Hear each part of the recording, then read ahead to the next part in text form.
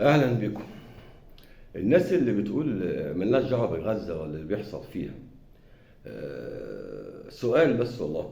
هو يعني خلاص انعدمت المروءه والجدعنه والرحمه من قلوبكم؟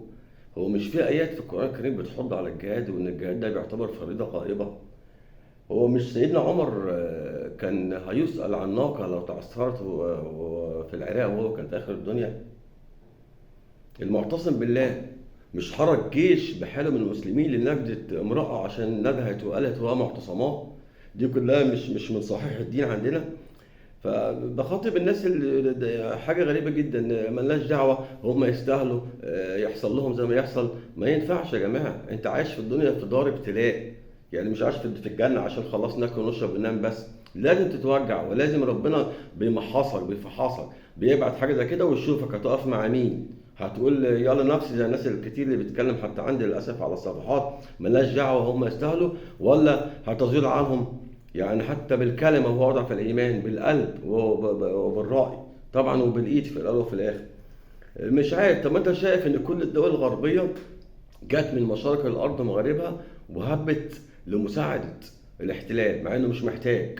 زي ما شايفين كده، عنده أحدث طيارات وأحدث أسلحة ومش محتاج، ومع ذلك الدنيا كلها وكل الدول الغربية والعظمى ابتدت تبعت، اللي بيبعت فرقاطة، اللي بيبعت غواصة، اللي بيبعت حاملة طائرات.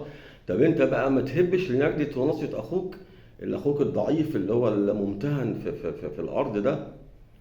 فحاجة غريبة جدا بصراحة، ما اعرفش الناس دي بتفكر ازاي يعني. الناس بتموت هناك واطفال بتقتل هناك ومشاهد دموية بتوصلنا من الحين لآخر كلها بتوجع قلوبنا. فمش شايف مفيش أي محل للإعراب من الناس اللي بتقعد بتثبط وتهبط من الهزيمة والهمة ولا احنا مالناش دعوة الكلام ده. ما اعرفش يعني، بستغرب لهم جدا والله.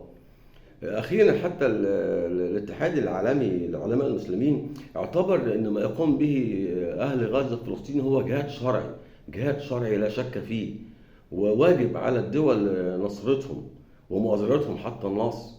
فدي كلمة يعني بوجهها للناس، يعني لو انت مش هتحارب يا سيدي ما قلناش نحارب، بس في النهاية انت ربنا مطلع وشايفك. انت رأيك ايه؟ رأيك انت فرحان في اللي بيحصل في غزة مثلا ومستني ومتخيل ده كده هتعيش حياتك سعيد ومبسوط والدنيا؟ لا، هتتحط في نفس الموقف للأسف. فعلى الأقل خالص يا جماعة، يعني بالقلب، بالقلب ووضع في الإيمان. شكرا. السلام عليكم.